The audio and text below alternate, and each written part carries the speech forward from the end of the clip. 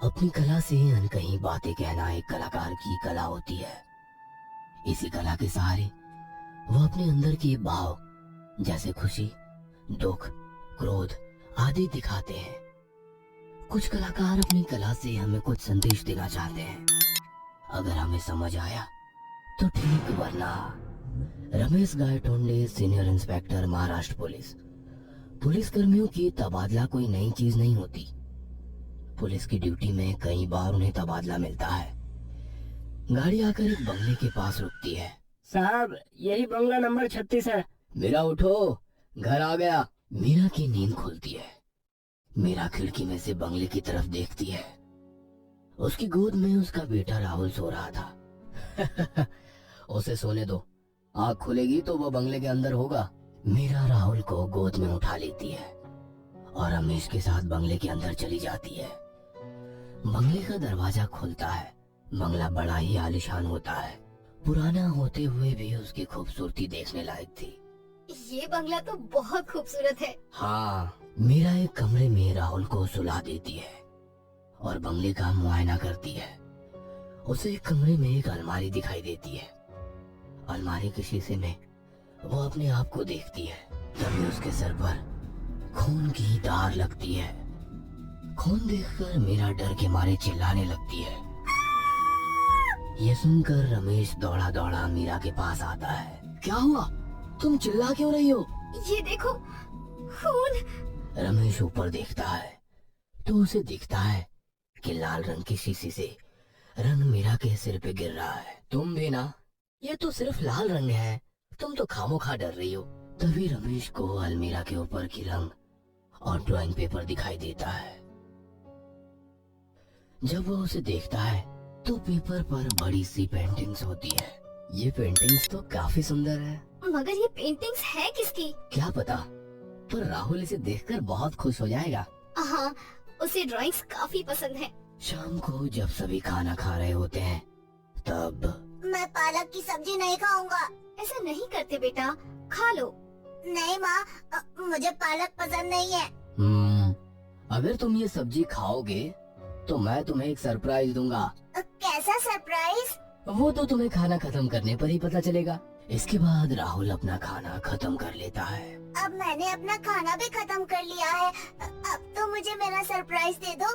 रमेश वो drawing paper और रंग राहुल को दे देता है। वाह पापा, ये रंग आप कहाँ से लाए? अरे वो सब छोड़ो, अब तुम इससे अच्छी ड्राइंग बनाना। हाँ पापा। अगले दिन रमेश जब अपने काम पर जा रहा था तब उसने देखा कि राहुल ने एक चम्मच की पेंटिंग निकाली है जिस पर खून लगा है।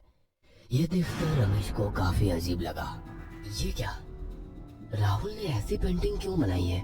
वो तो कभी ऐसी पेंटिंग्स नहीं बनाता। राहुल सो रहा था, इसलिए रमेश ने उसे इस पेंटिंग के बारे में कुछ नहीं पूछा। रमेश पुलिस स्टेशन आता है। पुलिस स्टेशन में अपना काम करने लगता है। तभी मीरा का फोन आता है। हेलो रमेश, हाँ घर का गैस खत्म हो गया है। मैं आपके लिए खाना भी नहीं बना पाई। मैंने गैस मंगवा दिया है, शाम तक आ जाएगा।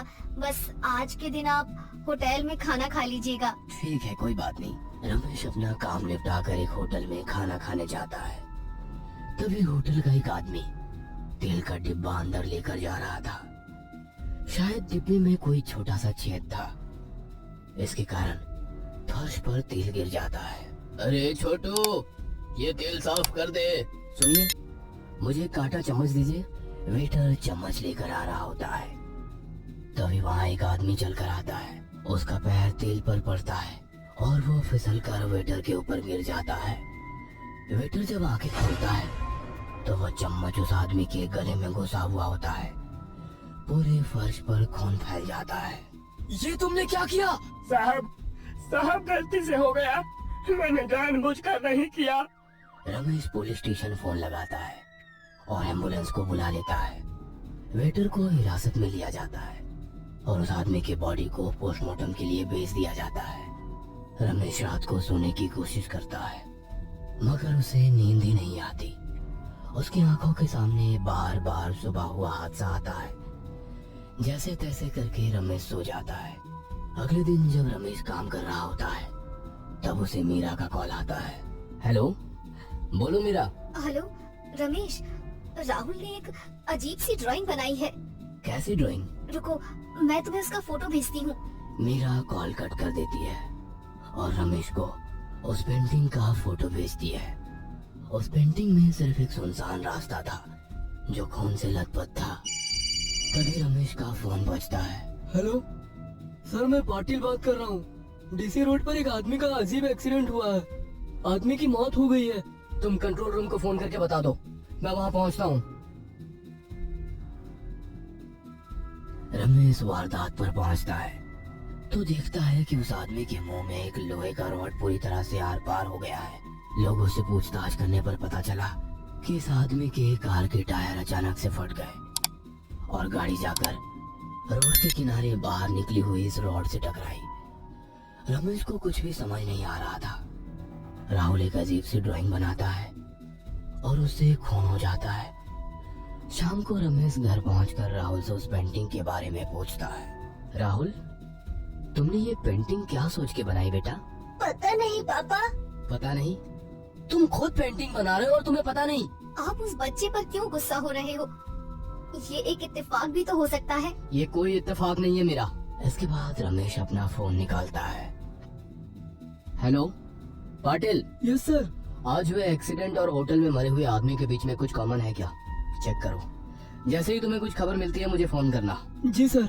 अगले दिन पुलिस स्टेशन में। सर, ये बिल्ला है। ये उन दोनों का भी दोस्त है। ये तीनों पहले चोरी किया करते थे, मगर कुछ सालों से इन्होंने चोरी करना बंद कर दिया है। देखो बिल्ला, तुम्हारे दोस्त तो चले गए, अब बचे हो तुम भी मरने वाले हो, मगर कैसे किसी को नहीं पता। ये आप क्या कह रहे हैं सर? मुझे बचा लीजिए सर। मैं तुम्हें तभी बचा सकता हूँ जब तुम मुझे बताओगे कि तुम तीनों ने मिलकर ऐसा कोई गुनाह या काम किया था जिससे किसी का बहुत नुकसान हो। हम तो बस छोटी मोटी चोरियां करते थे साहब। देखो सच सच बताओ, वरना। रमेश अपनी गन निकालता है और लोड करके बिल्ला के सर पर रखता है। बताता हूँ सर, बताता हूँ सर। हम तीनों ने आखिरी गुनाह एक खून किया था। क्या खून? किसका? बंगलो नंबर 36 में एक लड़की रहती थी जो कि पेंटिंग्स बनाती थी। हम तीनों वहाँ चोरी के इरादे से गए थे, लेकिन हमें उसने देख लिया। वो पुलिस को फोन करने वाली थी, इसलिए हमने उसके सिर पे रॉड से हमला करके उसे मार दिया। Bungalow number 36। तभी रमेश का फोन बजता है। मीरा ने रमेश को एक फोटो भेजा हुआ था। वो फोटो को डाउनलोड करने लगता है। उसी के साथ वो अपनी गन अपने गन पॉकेट में रखता है। उसका ध्यान फोटो पर होता है, इसलिए गन पॉकेट में ठीक से नहीं बैठता। फोटो डाउनलोड होता है। फोटो में एक आदमी के सिर के बीच में खून लगा हुआ होता है। तभी रमेश की गन नीचे गिरती है और गोली चलकर बिल्ला के सिर के बीच में लगती है।